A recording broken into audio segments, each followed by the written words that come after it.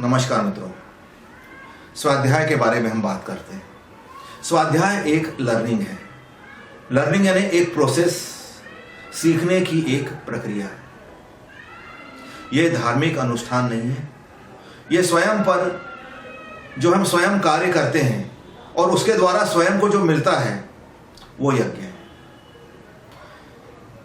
इसमें फल कहीं बाहर नहीं है, इसमें फल हमारे अंदर है। बल्कि हम इतने ताकतवर हो जाते हैं कि हम शेयर करने लगते हैं।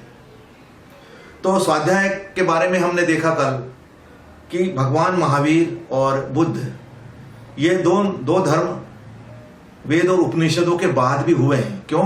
क्योंकि अब आवश्यकता तर्क की पड़ गई थी। हालांकि भगवान कृष्ण ने उसी समय बता दिया था कि ये यज्ञ कलयुग में काम आएगा, क्योंकि कलयुग में इसके सिवा कोई चारा नहीं है। कोई भगवान आपके सहायता के लिए आने वाले नहीं है, बल्कि जो अवतार आए या जो महापुरुष आए उनको हमने बहुत तरह से प्रताड़ित किया है, आप जानते हैं। और उस बात में हमको जाना नहीं है। हम लोगों को प्रोसेस की बात करना है अध्यात्म यात्रा में, लर्निंग प्रोसेस की, और वो है स्वाध्याय। तो पहला है जागरूकता, हर तरह से जागरूकता है। फिर स्वाध्याय यज्ञ की एक प्रमुख विशेषता है जो आज हर मनोवैज्ञानिक आपको बतलाता है। हर मनोवैज्ञानिक कि प्रेजेंट में रहो, वर्तमान में जीना सीखो। वर्तमान के अलावा कोई जीवन है ही नहीं। परंतु हम सुनते हैं, लगता तो है सही, कहीं ना कहीं दिल में बात लगती है कि भाई हाँ कहीं ठीक है, कहीं दिमाग में बात जचती है कि हाँ ठीक है, परंतु फिर भी हम बार बार भूतकाल में और भविष्य काल में जाते हैं। तो इससे होता क्या है?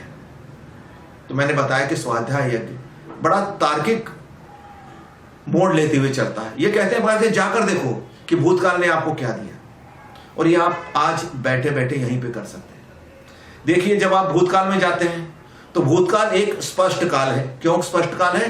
क्योंकि आपने उसे अनुभव किया है, आपको उसका एक्सपीरियंस है, आप जानते हो कि हां ऐसा हुआ था। लेकिन भूतकाल में हुआ क्या था? कोई अच्छी बातें आपको याद रहती भूतकाल की? मैंने कई जगह देखा, कई समारोह में मैं गया हूं और मैंने वहां पे देखा कि जब लोगों को यह बताया जाता है कि भाई आप अपने जीवन की सिर्फ 3 अच्छी बातें बतला दीजिए जिसके प्रति आप, परमात्मा के प्रति आप अनुग्रहित हो या खूब खुश हो। परमात्मा तो जान लीजिए आप खुश हैं, 3 बातों के प्रति लोग नहीं बतला सके। 60 साल की आयु तक हो जाती है, क्या 3 बातें नहीं हो सकती जीवन में? अच्छी होती हैं। परंतु भूतकाल का एक सबसे बड़ा नियम है, जो चीज पूर्ण होती है वो अस्तित्व में विलीन हो जाती है। वो मेमोरीज में भी उतने अच्छे से नहीं रहती जितने अच्छे से दुख रहता है, जितने अच्छे से कोई अपमान रहता है। ऐसे अपमान जिसका आप बदला ना ले सको, ऐसी परीक्षा जिसमें आप फेल हो गए और आपकी दिशा बदल गई, ऐसी गाली जिसका प्रत्युत्तर आप देना चाहते हो, ऐसा कंपटीशन जो जीतते जीतते आप हार गए, ऐसी स्थितियां कि आप बहुत जेलस हो दूसरों के प्रति कि ये लोग देखो वो लोग कैसे कर रहे हैं और क्या कर रहे हैं, वो देखो कितने अमीर लोगों के यहां पैदा हो गए, मैं देखो कहां हूं और कैसा तड़प रहा हूं। हालांकि बाद में आप अमीर बन जाते हो तो उस चीज को भूलते नहीं हो, लेकिन ये भूतकाल में आप जाते हो बार बार। और हम हर चीज की तुलना भूतकाल से करते हैं, क्योंकि भूतकाल हमारा नॉलेज है। हर चीज से हम तुलना करेंगे, हर चीज से। आप देखिए, अब भूतकाल के अलावा आप तुलना कर नहीं सकते किसी की, क्योंकि भूतकाल एक स्पष्ट काल है और हम उस तरफ भागते हैं। जब भी परेशानी आती है हम भूतकाल की तरफ भाग जाते हैं, जबकि हमको मालूम है ये काल बीत चुका है, ये हमें कुछ देने वाला नहीं है। ये हमें देता है केवल शिकायतें, कुंठा, ग्लानि, घृणा, कड़ुआपन और एक जिंदगी का बोझिलनेस, जिसको आप कहते हैं ना कि भाई सीने पर हमने बड़ा पत्थर रख लिया, ऐसा पत्थर जैसा बोझिल हो जाता है। सैडनेस, दुखी हो जाता है। दुखी आदमी का दिल ऐसा लगता है कि जैसे दिल पर किसी ने पत्थर रख दिया है। सांस अब रुकती है या तब रुकती है। तो ये भूतकाल में हमको मिलने वाले फल है, मिलते हैं हमें लगातार, पर हम जागरूक नहीं है, इसीलिए तो स्वाध्याय है। फिर आप जाइए भविष्य में। भविष्य आप कैसे बनाते हैं? क्रिएट करते हैं आप। हर पल आदमी भविष्य क्रिएट कर रहा है। ऐसा कोई आदमी नहीं है जो भविष्य क्रिएट ना कर रहा हो। क्या मिलता है आप भविष्य में जाने से? देख लीजिए आप क्या मिलती है, तनाव, दबाव, चिंताएं, खिंचाव। हाँ, क्योंकि आप चीजों को खींचना चाहते हैं, उन चीजों को जो अभी हुई नहीं है। अनइजीनेस और अधैर्यता, हो जाए चीजें जल्दी। एक तनाव उत्पन्न हो जाता है जब तक वो चीज हो नहीं जाती। देखिए, घर में कोई कार्यक्रम होता है या परीक्षा नजदीक आने होती है, तो जैसे परीक्षा को 5 महीने हैं, तनाव कम होगा, 3 महीने हैं, थोड़ा बढ़ जाएगा, 2 महीने में, 1 महीने में, और अंत में जिस दिन परीक्षा होने वाली है उस दिन, या जिस दिन रिजल्ट लगने वाला है उस दिन, आप देखिए भविष्य लगातार आपको खींचता है। और इस भविष्य में आप कौन सी कल्पनाएं करते हो, वो ना हो जो हमारे भूतकाल में हमारे साथ हुआ है, जो हम नहीं चाहते थे, हमारे ना चाहते हुए। हम गरीब में रहे, हमारे बच्चे गरीबी में ना रहे। हमारे पास फीस देने के पैसे नहीं थे, हमारे बच्चे बड़े अच्छे ढंग से रहे, इनको ना रहे। क्या करते हैं हम? बिल्कुल उसी का प्रक्षेपण रहता है, सिर्फ बदल जाती है हमारी दिशाएं, सोचने की दिशाएं। बाकी प्रक्षेपण उतना ही रहता है, वही रहता है, उसी अनुपात में रहता है। इसलिए जब कोई गरीब आदमी जब अपने बुढ़ापे में पहुंचता है और पैसा भी होता है तो खर्च नहीं कर पाता, क्योंकि प्रैक्टिस हो जाती है। आप भूतकाल में ध्यान दिए बिना भविष्य काल का निर्णय ले नहीं सकते हो, क्योंकि हमारी आदत रही है कि हम वर्तमान काल में रहे नहीं, जबकि हम हमेशा थे वर्तमान काल में।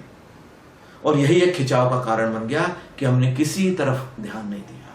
स्वाध्याय कहता है नहीं, आप वर्तमान में ध्यान दीजिए, सीख लीजिए इससे क्या हुआ क्या नहीं हुआ, इससे सीख लीजिए कि वाकई में भूतकाल में ऐसा होता है क्या।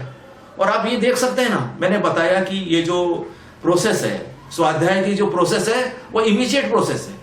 हर कोई तुरंत सुनते सुनते इसे कर सकता है, सुनते सुनते इसे समझ सकता है कि हाँ यार, वाकई में ऐसा है या नहीं। और अगर ऐसा है तो उसको हम बदलने की कोशिश करें, क्योंकि हम दिशा बदल सकते हैं, हम दिशा बदल सकते हैं। गीता में कृष्ण का यही उपदेश था, या हर जो भी धर्म हो वो अपने अनुयायियों को एक चीज बताता है, और धर्म इसलिए तो है कि चीजें बदली जा सकती हैं, इसीलिए तो धर्म है। अगर चीजें ना बदली जा सकती हो तो धर्म कम मतलब क्या है भाई? हम दुखों को सुखों में बदलना चाहते हैं, हम कठिनाइयों को, विपत्तियों को आसान चीजों में बदलना चाहते हैं। अगर ऐसा नहीं हो सकता तो धर्म किसी काम के नहीं है। फिर क्यों धर्म का पालन करना, क्यों किसी चीज का पालन करना? ये आप भी बहुत अच्छे से जानते हैं, मैं भी बहुत अच्छे से जानता हूं। तो आज एक दूसरी बात हमने दी। पहले तो हमने सीखा जागरूकता, कैसे जागरूकता लाना है, और लाना है ये आपके ऊपर है, ये लर्निंग प्रोसेस आपके और नाउ में, आज में, वर्तमान में खड़े रहना है, ये उसका दूसरा है। वर्तमान में आप नहीं हो, आप हो ही नहीं, क्योंकि भूतकाल तो चला गया, वो कभी होगा नहीं। भविष्य काल अभी आया नहीं है, तो आप हो कहां? फिर तो आप जगे हुए नहीं हो, फिर तो आप सोए हुए हो। और सोया हुआ आदमी, आपको भी मालूम है, ये कोई नई बात नहीं, सोया हुआ आदमी इस दुनिया का सबसे कमजोर इंसान होता है। हम बोलते हैं ना कि नॉलेज नहीं, मतलब सोया नहीं है। सोया हुआ आदमी इस दुनिया का सबसे कमजोर आदमी है, उस पर कोई भी अधिकार जता सकता है। फिर एक वस्तु भी, एक कार भी आप पर अधिकार जता सकती है, एक गहना भी आपको लालच से खींच सकता है। तो आगे के एपिसोड में हम बात करेंगे कैसे हम इनके तरफ खिंच जाते हैं। तो होगा ये कि जैसे हमें पता लगेगा कि हम इन पर खिंच सकते हैं, तो हम अपने हिसाब से अपने स्ट्रेटेजीज डेवलप करेंगे कि हम ऐसा क्या करें कि ये खिंचाव ना हो। तो उसके लिए आगे के एपिसोड में बात करेंगे। हमने बताया ना, एक एपिसोड बहुत ज्यादा लंबा हम नहीं ले रहे हैं, क्योंकि इसमें फिर चिंतन मनन भी करना है, क्योंकि ये आपके ऊपर है, आप बढ़ना चाहते हो या नहीं, और किसी के ऊपर नहीं है। आप सुनोगे, आप काम करोगे, आप बढ़ोगे। आप नहीं सुनोगे या सुनकर उस पर काम नहीं करोगे तो भी वो बेकार है। तो ये स्वाध्याय यज्ञ है इस जीवन का, मानव जीवन का। मानव जिस जीवन में चल रहा है, समझो इसे आप कलयुग कहते हैं या कोई भी युग कहते हैं आप, जैसे उसका नाम से कोई मतलब नहीं है, लेकिन मतलब है इंडिविजुअल से, खुद से, स्वयं से। तो आगे हम दूसरी बातें करेंगे, आगे की बातें करेंगे कि कैसे हम खिंच जाते हैं आज इतना ही, आपने इतने ध्यान से सुना, इसलिए आपको नमस्कार भी और धन्यवाद।